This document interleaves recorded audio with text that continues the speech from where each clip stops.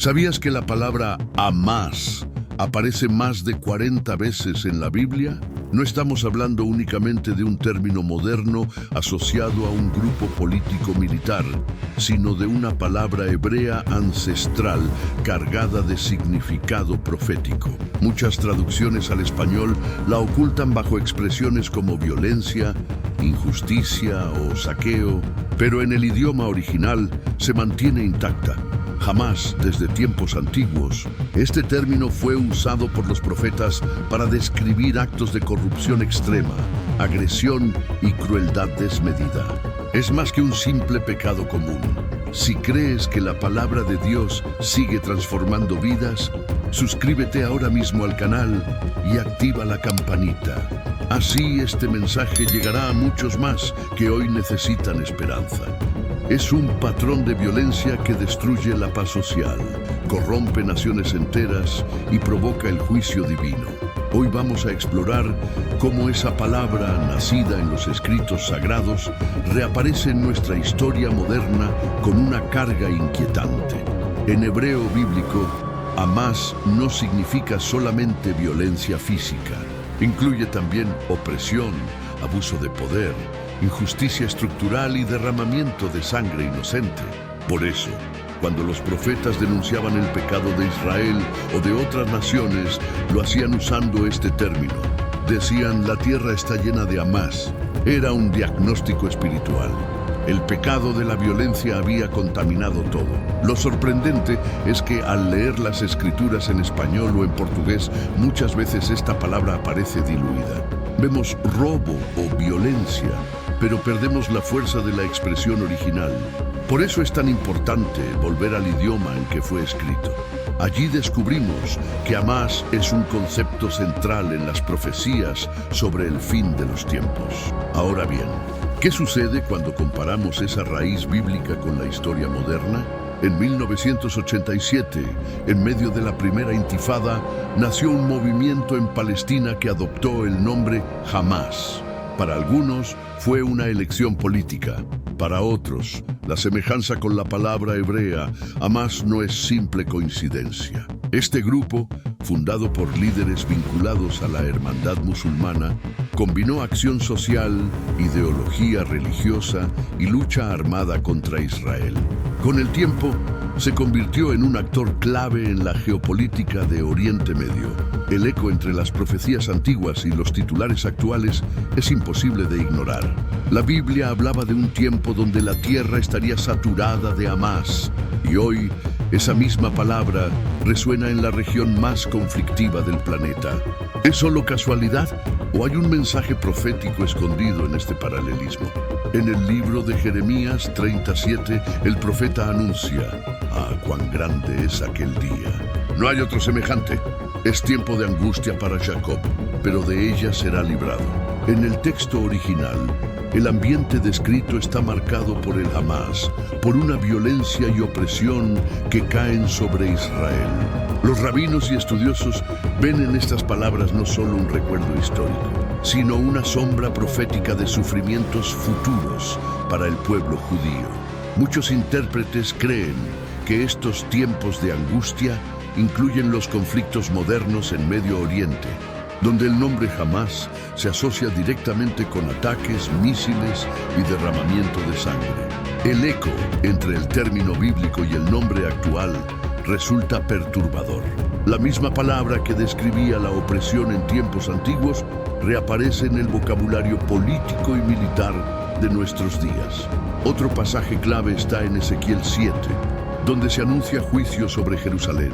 La tierra está llena de crímenes de sangre y la ciudad está llena de Hamás.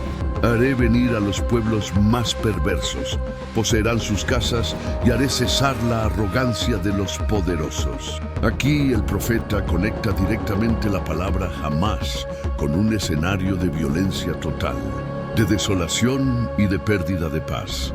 El paralelo con los bombardeos, atentados y ciclos de guerra que marcan la región en la actualidad es inevitable. Así como Ezequiel describió una tierra llena de violencia que buscaba paz en vano, Hoy vemos a naciones clamando por treguas, mientras los rumores de guerra y la desconfianza siguen multiplicándose.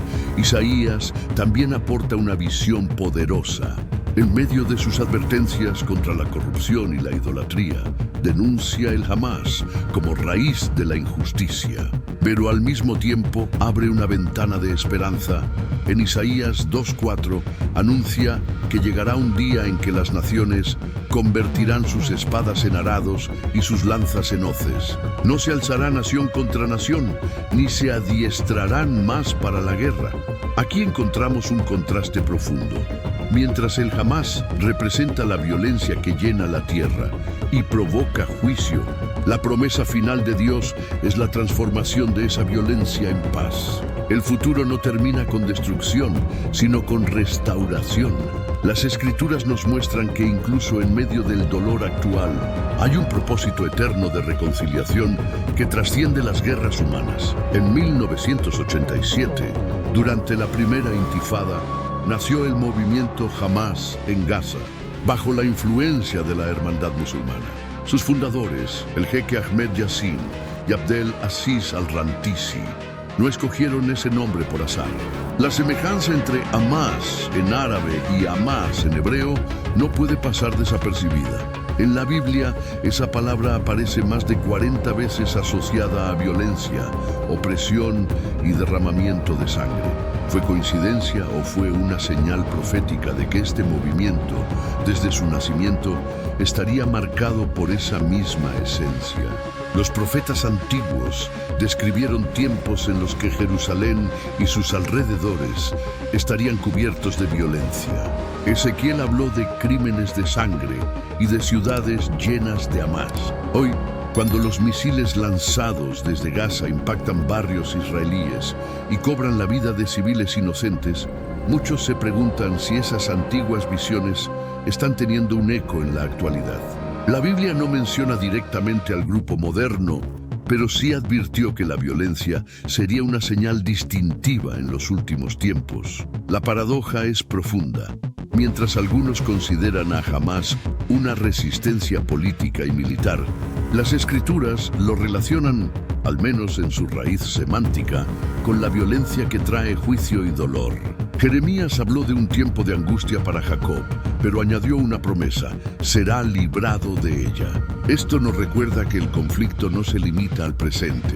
Forma parte de una narrativa espiritual y profética mucho mayor, donde la violencia no tendrá la última palabra y donde la esperanza final está en la intervención divina. Más allá de los pasajes que mencionan directamente la palabra Hamás, las Escrituras contienen decenas de advertencias sobre un mundo desgarrado por guerras, rumores de guerra y conflictos entre pueblos. Jesús mismo habló de naciones levantándose contra naciones y de un tiempo en que la maldad se multiplicaría. Cuando miramos el escenario actual del Oriente Medio, alianzas cambiantes, violencia recurrente, acuerdos de paz frágiles, pareciera que la historia sagrada estuviera desplegándose delante de nuestros ojos. Sin embargo, los profetas no se detuvieron en el juicio. Isaías, en el capítulo 2, ofreció una visión completamente distinta. Un futuro donde las espadas serían convertidas en arados y las lanzas en herramientas de cosecha. Una humanidad que dejaría de entrenarse para la guerra y caminaría hacia la paz. Esta promesa contrasta con la crudeza del presente, pero es precisamente esa tensión la que mantiene viva la esperanza. La violencia puede marcar la historia, pero no define el destino final de la humanidad. El mensaje es claro. Aunque la palabra Hamás aparezca en la Biblia más de 40 veces asociada a violencia y destrucción, las mismas Escrituras anuncian que llegará un día en que la violencia será silenciada y la paz reinará. Los acontecimientos actuales pueden conmovernos y hasta asustarnos, pero son también un recordatorio de que la palabra de Dios sigue viva. que las profecías no son mitos antiguos, sino señales para que estemos atentos y firmes en la fe. Porque mientras los hombres se dividen por ideologías, la Biblia nos recuerda que el propósito eterno es reconciliación, justicia y vida abundante. Si crees que la palabra de Dios sigue transformando vidas, suscríbete ahora mismo al canal y activa la campanita. Así este mensaje llegará a muchos más que hoy necesitan esperanza.